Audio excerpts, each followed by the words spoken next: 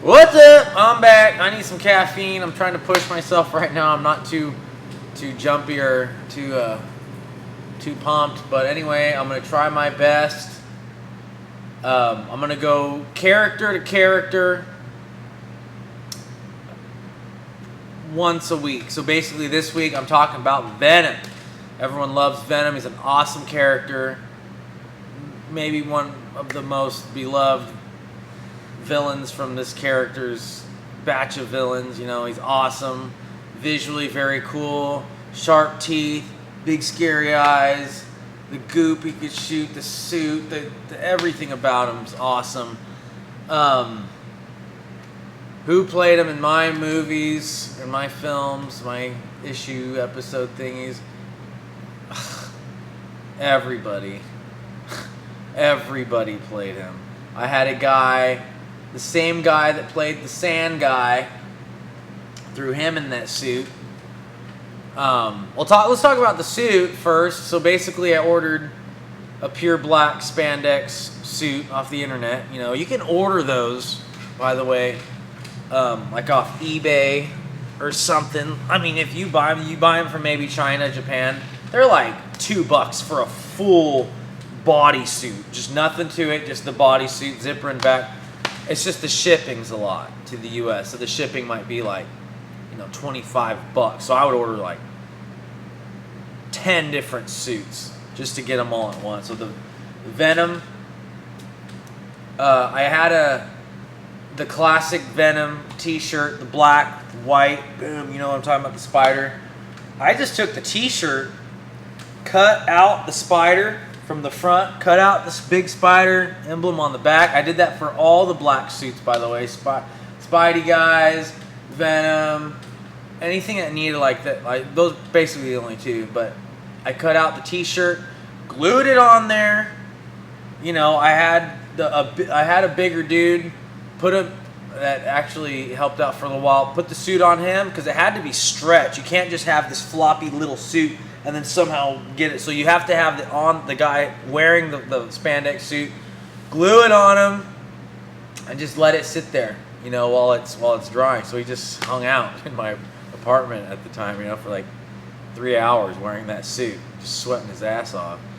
But that's how I did that. The mask was pretty hard to do. I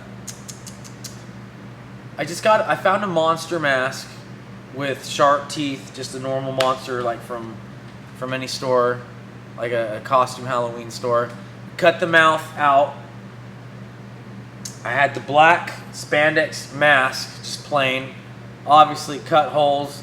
Got a white fabric that you can see through as long as you can hold it up. Cut it out the way I wanted his eyes to look, a little longer, a little like more kind of jagged, just boom, kind of nasty.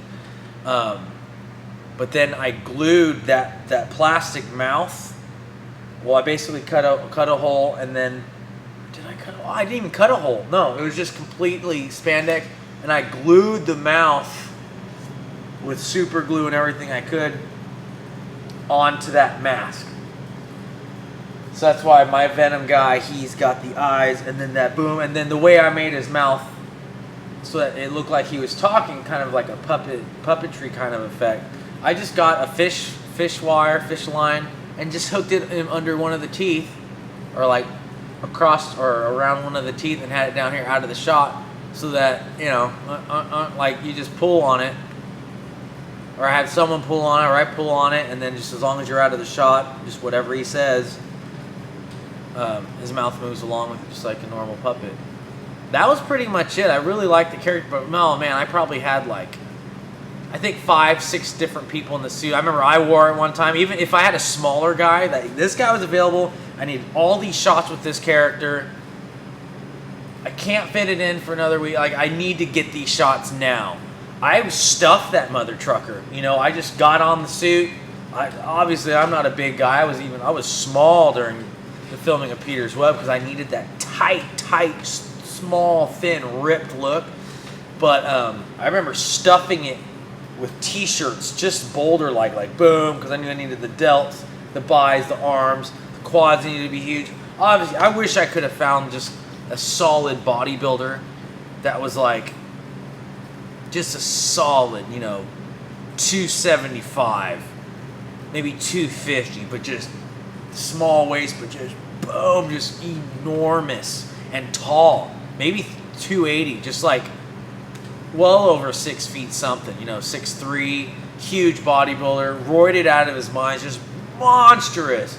To where when he put on that suit, because some guys I would get in it, like they're big dudes, these guys are like 220, pretty heavy, not fat, just muscle. In the gym, you're like, whoa, that guy will look good.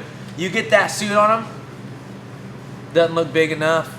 Not for what I wanted. I wanted the dude just freaking stockpiled with muscle, just traps, chest, delts, arms, just everything just massively scary and large and just boom.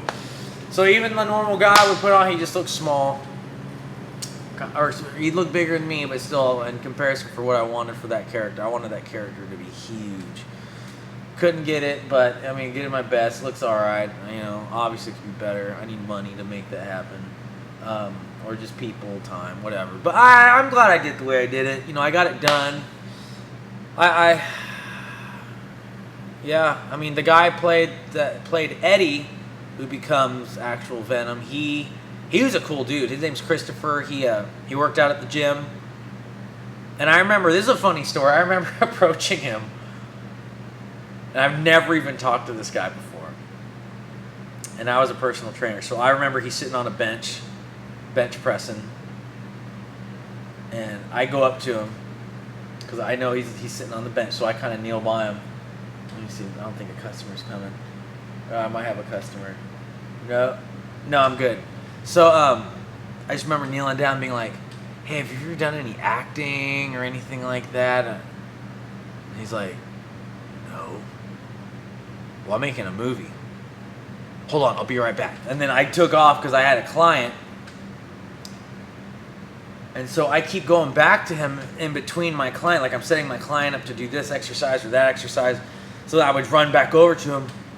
Yeah, I'm doing a movie series, this and that. I at the time, I didn't realize I wasn't giving him the kind of details someone needs that's in there pumping iron. And I'm like interrupting his workout.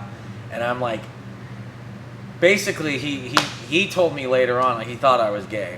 He thought I was trying to get him on a porn, and he was getting pissed. Like, he wanted to fight me. He was not happy. But then he came around, and I was really surprised by him, though. He did a good job. He did a good job. He's never acted before, nothing. He's got a family. He works for the juvenile hall, the bad kids that messed up in life and they're doing time. So he as soon as we got going, okay, here's your line, I need you to say this and that. First scene we filmed was the one where he was walking. We were walking down the street and he's kind of having a little one-on-one talk with our boy Petey. But right from the get-go, he got right into character and he was like into it. Anytime I asked him, I need you to be here, I need you to be here, he would go with it. He really helped out a lot. He did a good job. Most of the time, I mean, he wasn't familiar with the character. He didn't know what he was talking about as far as like, he just knew what I told him to say. Say this line. I want you to say it like this. Okay, let's go. Oh, okay. Yeah, blah, blah, blah. And he says whatever. He gets into character and it's just like, when he watched it, I haven't even talked to him since he's watched it. I'm sure it's been out for years, and he's probably just like blown away that it actually pieced together, and he became this character that became this, and it actually went somewhere. So, but oh man, one minute I have him walking down the street talking to me. The next minute he's in a jail cell doing this. I'm telling him to say this. So he had no clue what was happening. So that was funny. But yeah, as a cool character, mask, boom, stuffed T-shirts. 6 or 7 different big guys. They don't look big enough, but it's good enough. The guy that plays Eddie, cool guy, did a good job. Looked great. Looked the role perfect in my mind. That's one thing I think I was able to nail, even if they couldn't act. If someone couldn't act for crap, I always was able to nail, I think, the look. If they were actors and I had actual professional everything, and these were like perfect, awesome actors, and I think the look is spot on for every character, at least most of them. So anyway, that's the Venom. It's CrazyRogerKing. that's how I did the suit. Very simple.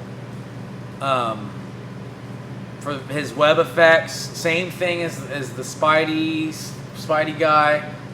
Velcro, but this time he shoots it out this way instead of like that. He doesn't need to do that, so he shoots it out this way. Velcro right on top on the wrist.